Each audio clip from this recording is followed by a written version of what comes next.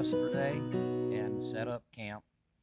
Went and got the wood and stuff out the woods and everything, and slept last night, and it only got down to 47, so I didn't have to get out extra sleeping bag or anything. And today I'm planning on maybe going out riding a little bit and check things out, see how much things has changed through the years around here. I've camped here before, and I think I was sitting here. I don't remember if I don't think I was doing a video, but I had my back turned to the woods behind me, and I heard a loud crash, and by the time I turned, it was over with. And there was a stalk on a pine tree sticking up, and you could see the rest of it broke over, and it was a good sized round tree. Pretty good. I mean, it was big enough, to cut timber out of. And so here I am now, and I went back in there, and things about completely rotted away, and the stalk part that was still standing up about 20 feet high, it's gone. It fell over, rotted away.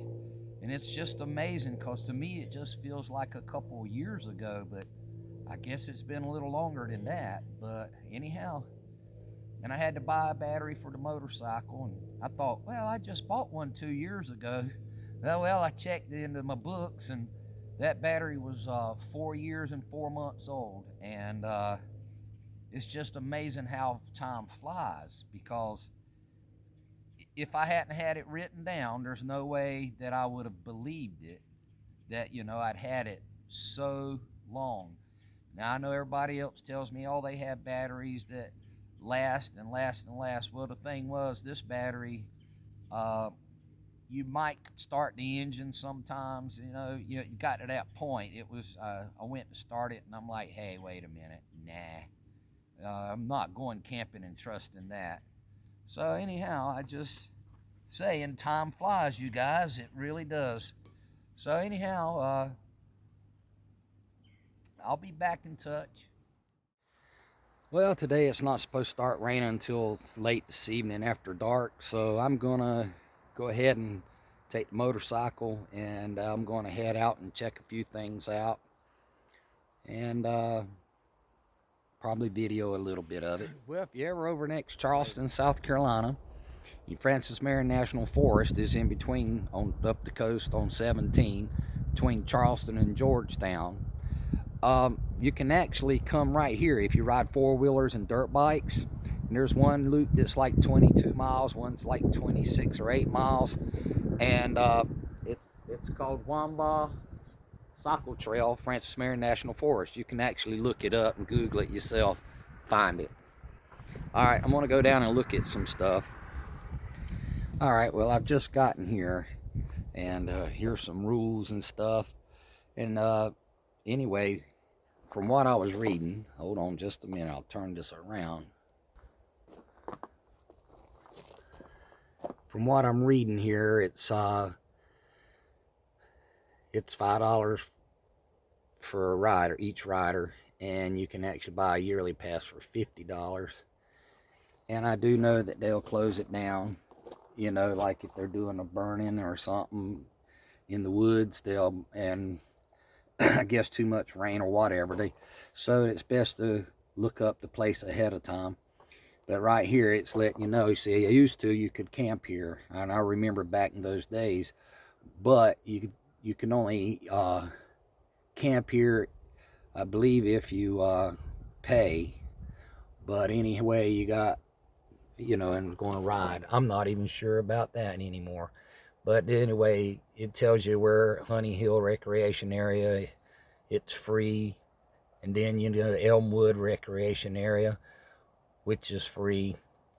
But now Buck Hall Recreation Area, it's a pretty good price to stay there.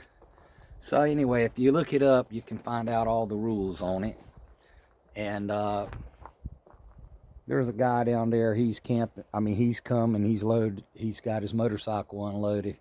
He keeps looking at me because he's wondering what I'm doing. But anyway, when you pay, I guess you get those envelopes out of this box right here. Write your name and answer everything. Then you come over here and slide it into this box right up in there. Someone's left ink pens, but I'm pretty sure I've been places where you have to pay like that. It's best to bring your own ink pen with you.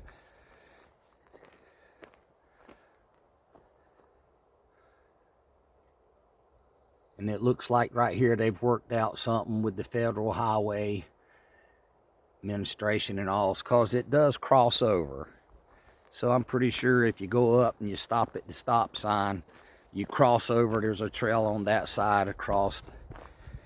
So anyway, just thought I'd let you know that if you ever are a person that likes to four-wheel ride and likes to ride dirt bikes, and you want plenty of miles to go and not really be doing it illegal at all and worried about farmers and stuff and tearing up their land, you can actually come here, and I'm pretty sure with 2 different trails you could ride about all day. So, but anyway, they'll shut this gate when it's temporarily closed. I've seen it when it was shut before, but if you call ahead, you won't be in trouble. So just remember, it's the Wambaw Trail in Francis Marion National Forest. If you remember a few years ago, if you go back in my videos, you'll see where I came to this here cemetery, and there happened to be a couple of ladies raking, and they explained to me, you know, it's Halfway Creek Cemetery, and they were explaining to me, one lady talked with me mostly, and she explained about her family tree and some of them being buried out here, and anyhow, but what got me interested before I ever came to the cemetery was this old church that's right behind me. And I came here and walked in it and everything on that last video, but it's been a couple years now, and I would say that it's probably getting too dangerous to walk in. But all right, I've come down the road just a little further. All this is on the same stretch that I'm showing, and right now we're at Halfway Creek Trailhead, and it's in Francis Marion National Forest. There's a long trail to walk, and you can actually pack in and carry your tents and stuff around with you. I've actually stayed here before. It's been a good while back, but I stayed just over the fence. You have to park out here and you walk in, you know, you can't drive and park right in front of your campsite.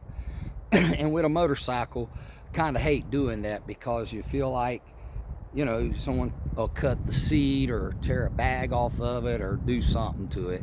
And it's just the way it is when you ride a motorcycle. You worry a little more. So let me turn around and let's go up and kind of see the signs. All right, let's see here. Now, I don't know if it's always like that, but what happened, I came to camp and the government had shut down, you know, the airport, the guy, you know, they weren't paying the people for TSA and all that stuff. But this was actually opened because it doesn't have, you have to use the woods if you need to use the bathroom. They don't have pit toilets. Anyway,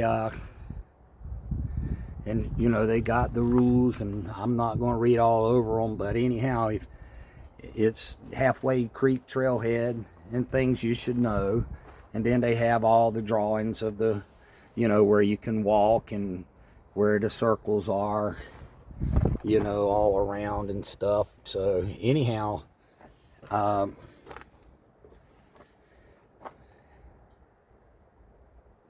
right there, I see it now, see, you know, no camping or sleeping in the vehicles. So, and what, if you have a dog, you got to keep your physical restraint at all times and give your dog plenty of water and rest and all, because I guess in the summertime it could be bad. But anyhow, it's a good place to come if you want to pack it in, you know.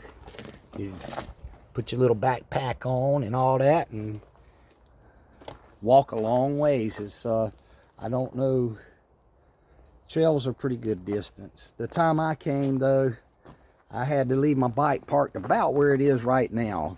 Might have been a little further up, but they didn't have the railings up. And I just went right through the path right here and was right there at that first clearing right there. But while I was camping, I stayed several days. I walked down the trail, and I could see lots of places where people had camped, and I thought it was cool. But it's just I stayed close as I could because of the motorcycle. And I do remember a police officer coming in, and he said, "Oh, with a motorcycle and all, and you camping right there." He said, "You could probably just drive it on in." But see, I knew he was just a regular highway patrolman. And I know how it works different with the federal government, so I just kept my bike out here. All right, I'm going on to somewhere else.